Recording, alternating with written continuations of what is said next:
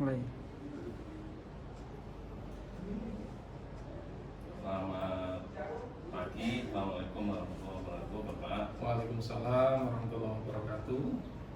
Mohon izin memperkenalkan diri, saya Muhammad Ahmad Afandi, CGP Angkatan 7 kelas 267 dari SMK Negeri 1 Ngawi.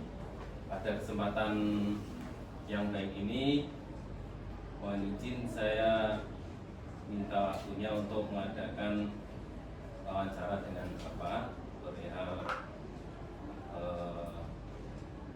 dilema etika untuk demonstrasi kontekstual modul 3.1. Langsung saja Bapak, yang pertama, selama ini bagaimana Bapak dapat mengidentifikasi kasus-kasus yang merupakan dilema etika ataupun rujukan moral yang ada di lembaga yang Bapak pimpin ini? Terima kasih Pak Rahmat. Kalau tadi penjenengan memperkenalkan diri dulu, saya juga ingin memperkenalkan diri. Ya. Nama saya Lamjan, seperti yang tertera di sini, Kepala SMK Negeri 1 Ngawi. Berikutnya terkait dengan dilema etika gitu ya. Memang sebagai kepala sekolah, kita seringkali dihadapkan permasalahan-permasalahan yang kadang itu tadi ada dilema. Kita dihadapkan permasalahan-permasalahan, misalnya antara bagaimana keadilan dengan kasihan. Ya, ini masalah ini jangka pendek apa jangka panjang, ini penting dan mendesak atau tidak penting dan mendesak dan sebagainya. Ini sering kita hadapi. Tidak bisa kita menghindar dari hal-hal semacam itu. Dan biasanya dua-duanya benar. Benar semua, kadang benar semua. Sering itu. Kita mau minta sumbangan gitu aja. Ini minta sumbangan tetapi ada aturannya dan sebagainya. Itu sesuatu yang memang sama-sama benar gitu. Sama-sama benar menjadi dilema gitu. Monggo. Berikutnya. Terima kasih. Kemudian yang selanjutnya, mungkin selama ini bagaimana Bapak selaku pimpinan menjalankan pengambilan keputusan di sekolah atau lembaga ini, terutama untuk kasus-kasus yang dimana ada itu tadi dua kepentingan yang sama-sama benar atau sama-sama mengandung nilai kebajikan. Tapi ya sebagai pimpinan Bapak harus milih salah satunya. Ya. Kita ambil contoh saja, langsung kasuistis gitu ya. Kita ambil contoh misalnya PIP. PIP itu kan kadang kita sudah mengajukan keseluruhan ke pusat gitu ya. Tapi yang turun itu kadang yang mampu justru dapat, yang mampu secara ekonomi.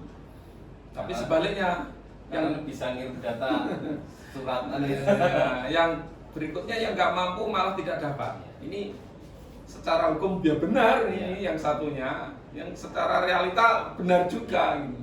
Ini sesuatu tadi dilema etika, sama-sama benarnya gitu ya. Tentu ini harus kita ambil langkah. Ya. Kita tidak bisa yang satu harus dikalahkan itu tentu tidak. Ketika kita motong yang dapat itu tadi, sebuah pelanggaran nggak boleh.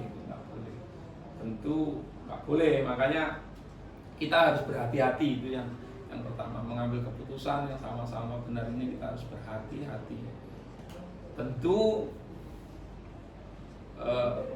oke, yang sudah dapat silahkan gitu ya.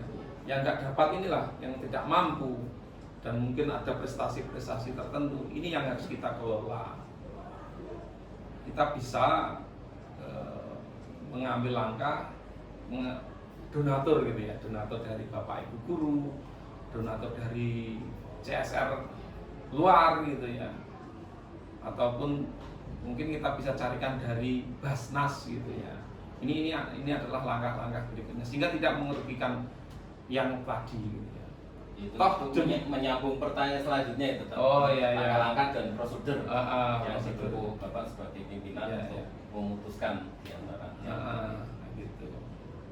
Jadi itu saya kira kalaupun misalnya yang sudah dapat itu tadi mampu mau, ya silahkan, tidak ada pemaksaan gitu ya, memberikan donasi ya nggak masalah.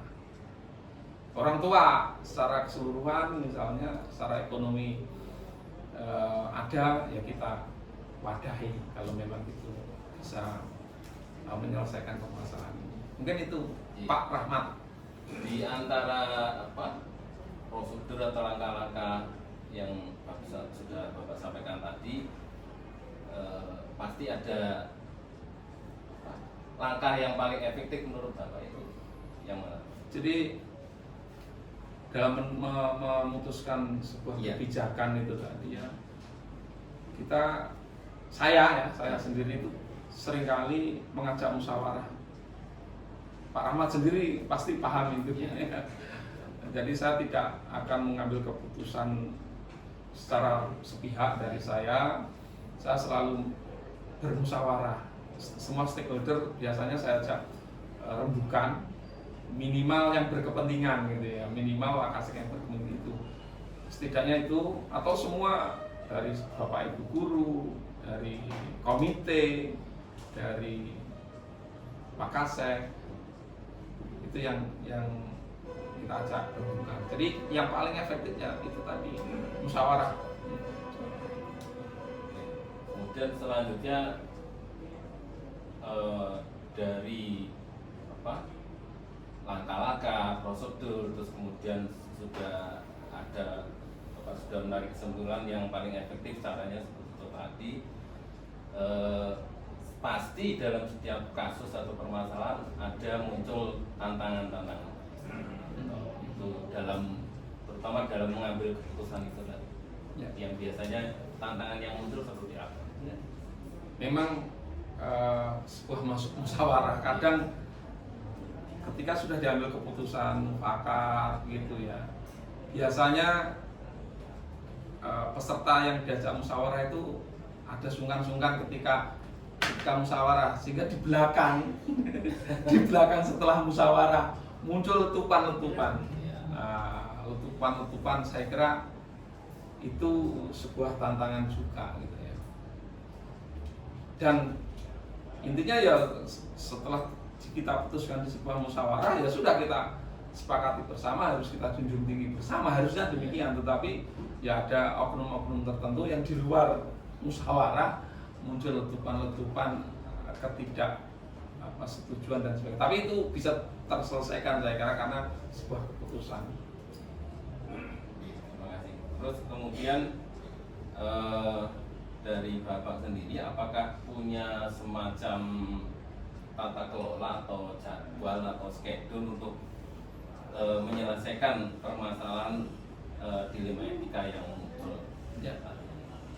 Ada dua hal. Yang pertama pencegahan dan penindakan, tentunya kan gitu ya, bahasa sekarang gitu ya. Terkait dengan pencegahan untuk kita jadwalkan dalam hal-hal pembinaan, ketika pembinaan itu ada ketika agar tidak terjadi hal-hal permasalahan gitu ya, itu pencegahan. Tapi ketika penindakan memang ya tidak terjadwal gitu ya. Kita temporal sesuai dengan permasalahan saat itu, ya harus kita selesaikan seketika itu, sehingga tidak terjadwal secara gitu. Tapi untuk yang pencegahan tadi tentu kita jadwalkan di dalam pembinaan semua stakeholder. Kemudian setelah tadi prosedur, terus jadwal, tadi pencegahan maupun penindakan, kemudian kalau dari sisi Bapak sendiri, ada nggak kira-kira seseorang atau faktor-faktor yang menurut Bapak menunjang atau mempermudah untuk membantu dalam pengambilan keputusan terutama masalah dilema etika? Ya. Nah, seperti saya sampaikan tadi bahwa kita selalu mengajak musyawarah semua stakeholder di sini. Bapak Ibu guru, termasuk Makasek ini ya, kita ajak musyawarah. Bahkan kalau perlu masukan dari staf TU pun juga kita perlukan. Berikutnya pimpinan kita, atasan kami, Pak Kacap, pengawas, ya, itu kalau memang kita membutuhkan ya, dan kita butuh arahan dan pencerahan dari atasan pimpinan, tetap kita mintai petunjuk dan arahan. Berikutnya komite juga kita ajak masukan-masukannya seperti apa. Dan yang tak kalah penting itu teman sejawat, Mas. Ini sering kali saya sampaikan pada teman-teman itu ya, bahwa selalu ada komunikasi teman sejawat. Artinya kepala sekolah di luar SMK 1 Ngawi gitu ya. Kadang permasalahan yang ada di sini mungkin terjadi di sekolah lain dan sudah terselesaikan dengan efektif dengan cara tertentu gitu ya. Maka kita jalin komunikasi melalui MKKS itu, Mas. MKKS ini efektif. Jadi itu beberapa personal ataupun organisasi itu yang selalu kita ajak komunikasi yang berpengaruh terhadap pengambilan keputusan itu. Kemudian dari kasus-kasus atau terutama kasus dilema etika yang sudah pernah ada dan kemudian sudah bisa terselesaikan, saya minta semacam apa yang bisa dipetik pembelajaran dari kasus-kasus yang muncul terutama dilema yang selama ini ada. Karena dan di pendidikan guru penggerak kita dididik untuk diarahkan untuk menjadi seorang pemimpin pembelajaran. Jadi saya harus belajar dari jenengan yang sudah pengalaman menjadi pemimpin pembelajaran. Ya, jadi pada prinsipnya kita terus jalin komunikasi itu tadi, dan komunikasi semuanya saling koordinasi dan juga jangan lupa silaturahmi. Ya ini penting.